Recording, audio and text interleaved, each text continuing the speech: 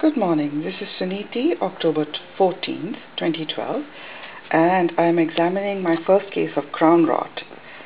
This is a Phalaenopsis. If you remember, it's a fragrant orchid I used to have, and on which I grew a keiki from that spike, and there is the keiki growing in that pot.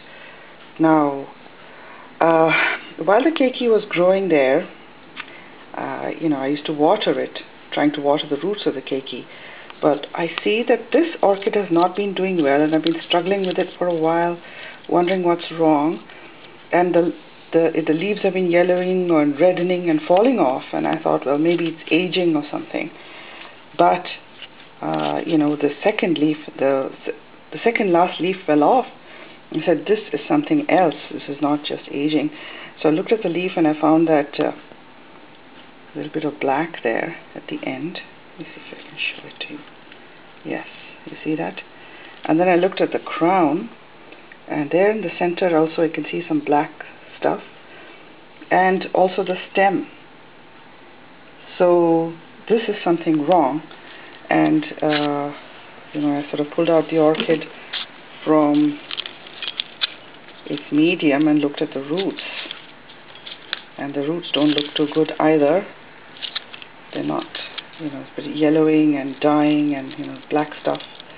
So this looks to me like this orchid is dying, and it seems like a severe case of crown rot.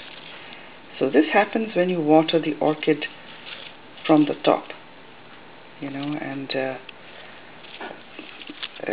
don't let it dry out. This is the most common reason cited, that watering here and then the crown here, not letting the water dry up from here, and this is what happens. And I think I'd been a bit careless with watering the keiki.